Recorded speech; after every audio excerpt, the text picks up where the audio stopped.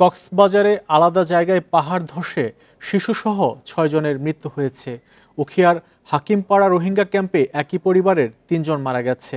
এ নিয়ে আরও জানাতে কক্সবাজার থেকে যুক্ত হচ্ছেন সহকর্মী তৌফিকুল ইসলাম। তৌফিকুল ইসলাম, কক্সবাজারে তো গত ২৪ ঘন্টায় ৩৮৮ মিলিমিটার বৃষ্টিপাত হয়েছে। ডুবে আছে সড়ক, দোকানপাট সহ বেশ কিছু এলাকা। ভোগান্তি কেমন দেখছেন?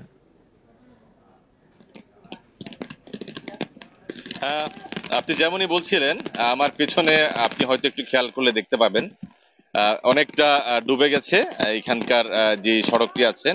শুধু এই সড়কটি নয়, আসলে বিভিন্ন এলাকায়, অর্থাৎ কক্সবাজারের হোটেল মোটেল জোন থেকে শুরু করে বিভিন্ন জায়গায় একই অবস্থা। সেখানে বেশিরভাগ দোকানপাট ডুবে গেছে এবং আমি দেখেছি, আমি যখন এই জায়গায় আসছিলাম, হ্যাঁ, এই জায়গায় আমি যে জায়গায় দাঁড়িয়ে আছি এটার ১০০ কিংবা ২০০ মিটার দূরে কিন্তু পাহাড় ধসের ঘটনা ঘটেছে। তো আসলে সবকিছু মিলিয়ে হচ্ছে অনেকটা জনদুর্ভোগ বলা চলে। আমি এখন যে জায়গায় আছি সেই জায়গার পরিস্থিতি হচ্ছে মূলত এইটুকু, অর্থাৎ শুধু কক্সবাজার শহরে নয়, পুরো কক্সবাজারের বিভিন্ন জায়গায়, অর্থাৎ চকরিয়া, পেকুয়া, টেকনাফ থেকে শুরু করে বিভিন্ন জায়গায় সেখানে উজান থেকে নেমে আসা পানি এবং পাহাড়ের ঢলের কারণে সেখানে পানিবন্দী রয়েছে প্রায় ১০০টি গ্রাম। প্রায় ১ লক্ষ চেয়ে বেশি মানুষ এখন পানিবন্দী অবস্থায় রয়েছে, যেহেতু টানা বুধবার থেকে আজকে শুক্রবার পর্যন্ত বৃষ্টিপাত হচ্ছে। সেই বৃষ্টিপাতের কারণে পাহাড় ধসের একটি আশঙ্কা রয়েছে এবং সেই আশঙ্কা থেকে গতকাল রাতে কক্সবাজারের ২টি এলাকায়, অর্থাৎ কক্সবাজার সদর এবং উখিয়ায়। তৌফিকুল ইসলাম, আমরা জানি যে ভারী বৃষ্টির কারণে পাহাড় ধসের ঘটনা ঘটেছে। তো এই পাহাড় ধস এড়াতে প্রশাসনের পক্ষ থেকে কি পদক্ষেপ নেওয়া হচ্ছে?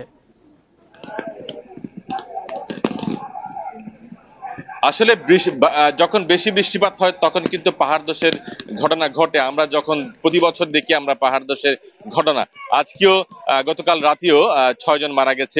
রোহিঙ্গা ক্যাম্পে মারা গেছে ৩ জন এবং কক্সবাজার সদর উপজেলার ডিগকুলে মারা গেছে ৩ জন। তারা একই পরিবারের। ৪ জন মাটি চাপা পড়েছে, একজনকে জীবিত উদ্ধার করা হয়েছে এবং ৩ জন মৃত, অর্থাৎ মা এবং ২ কন্যাকে মৃত অবস্থায় আমরা একটু আগেও দেখেছি। তবে সেখানে উপজেলা নির্বাহী কর্মকর্তা একটু আগে পরিদর্শন করেছেন, গিয়েছেন পাহাড় এলাকায়। সেখানে যেহেতু ঝুঁকিপূর্ণভাবে যারা বসবাস করছেন তাদেরকে অন্যত্র সরিয়ে যাওয়ার জন্য তিনি বলেছেন। এখানকার এলাকাবাসীও কিন্তু সচেতনমূলক যে প্রচারণা সেটিও চালিয়ে যাচ্ছেন। তো পাশাপাশি যেই নিহত পরিবারকে ৭৫,০০০ টাকা উপজেলা নির্বাহী কর্মকর্তা তিনি দাফন কাফনের জন্য দিয়েছেন। তো আসলে কক্সবাজারে আমরা জানি এখানে যেহেতু ১ লক্ষর চেয়ে বেশি মানুষ পাহাড় ঝুঁকিতে রয়েছে।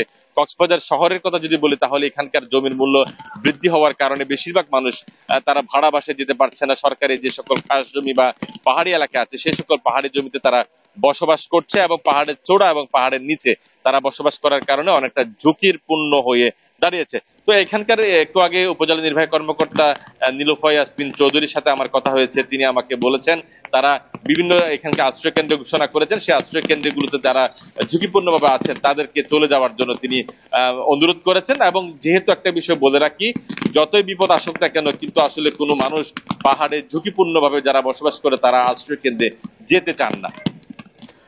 কক্সবাজারে ভারী বৃষ্টিপাত হচ্ছে এবং পাহাড় ধসের ঘটনাও ঘটেছে, সেই খবর জানাচ্ছিলেন সহকর্মী তৌফিকুল ইসলাম।